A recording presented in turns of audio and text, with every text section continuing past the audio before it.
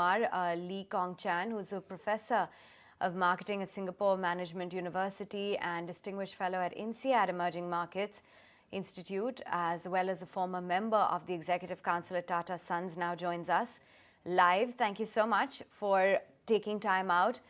Certainly a very, very unfortunate incident that took place. And, at a time like this, it has, there are certain, we are going back to certain memories as well of Cyrus Mistry. Thank you. I can join this morning, even though it was a hard day to get out of bed, knowing that Cyrus is not around anymore. Oh, indeed, it is. It is very difficult to digest this information at a time like this. And, we're seeing condolences that are pouring in world over. Is there anything that you as well would like to share regarding Cyrus Mistry?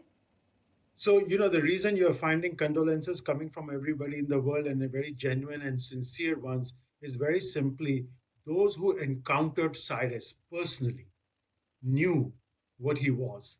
He was brilliant. He was humane. He had the highest integrity. He had a sense of humor. He was very charming in his personal interaction. He was very caring.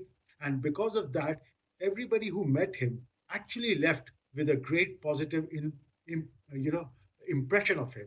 And Cyrus had some human qualities that, besides being an incredible person at reading financial numbers, very, very diligent and thoughtful in his business practices, because he would spend, you see, the Tata Group is such a diverse group. When you take over that, the first thing he did was get to know the people at the top.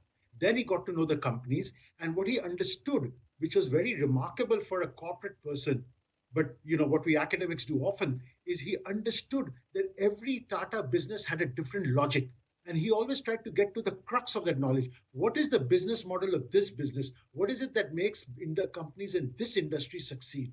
And so you never got from him the same answer when you went across companies in meetings with him. What you got was a very nuanced kind of thoughtful answers and thoughtful questions based on that business, the logic of that business, the conditions in that business, what were the challenges that were faced in that business. And you can see that in the strategy document that he left behind, Tata 2025 strategy, that this next person who came in has pretty much followed that playbook. And that is what made him so unique. So one aspect of him was his human qualities, and the second aspect of him was as a business person. And both of those were at a very high level. And most people have one or the other, but in his case, he combined those two with a great humility. And he had great class. I tell you a little story. When we first did the GEC, the Group Executive Council, where the six of us, we spent 2 days in a retreat at the Taj Lands End Hotel in Bombay. And on the first night for the dinner, I organized a wine tasting menu. And for that, I had 4 wines individually placed in front of each person, blind, and they had to taste them and see. And so what I had done was I'd taken 3 wines from the Tata, from the Taj Hotel. And the 4th wine, which I had chosen, was a very expensive wine on the Taj Hotel menu. And I told them, you charge this to me personally on my personal account. Don't charge it to the company because it's a very expensive bottle. We did that taste. I told everybody what I had done, that this is a personal bottle. Don't worry about the cost of it. When I went to check out next morning, the receptionist informs me. I say, I don't see the expensive bottle on my bill. He says, Nirmalya, the chairman came and he insisted that we remove that bottle from your account, and he's paid for it on his personal card. And that was the kind of quiet, he didn't say anything. He never mentioned it to me, but in a very quiet, classy manner, he always did the right thing.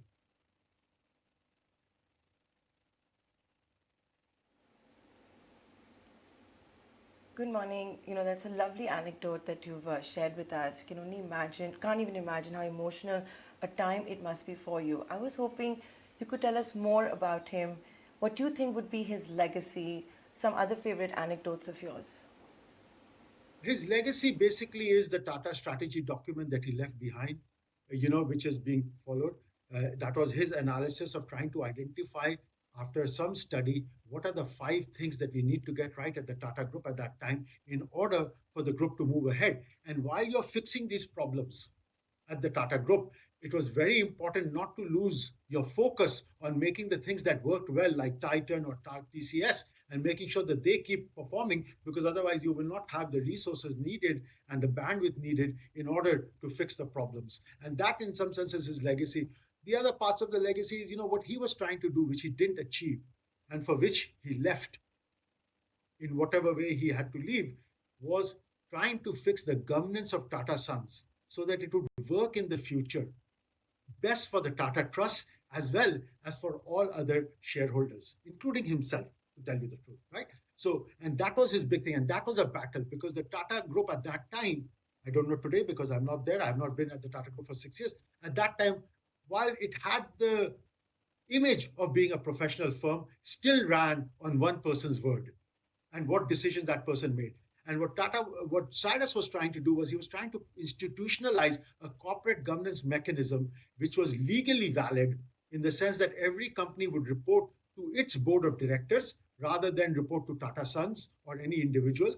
And that board of directors, Tata Sons would be represented on it by its nominees, and they would take care of the Tata Sons interest in that company, rather than having every company CEO come to Tata Sons and Bombay House and take marching orders as to what to do. That part of his legacy is unfinished at the time that I left, for which he actually got fired. That was the reason he got fired, for putting in this institutional governance framework. So, yes, the positive aspect is the strategy document he left behind, which is still being followed to some extent. Largely was followed to that after his firing.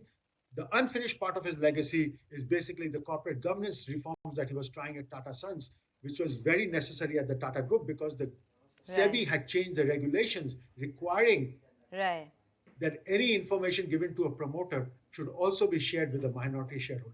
That was a very big change in the environment, for which Cyrus was trying to respond to in a way that would be legally airtight. Thank you for sharing with us some of those memories, and a stalwart of India, Inc. Very hard to digest that news as he's passed away, as we are honoring his legacy. All right, away from that, let's get back to the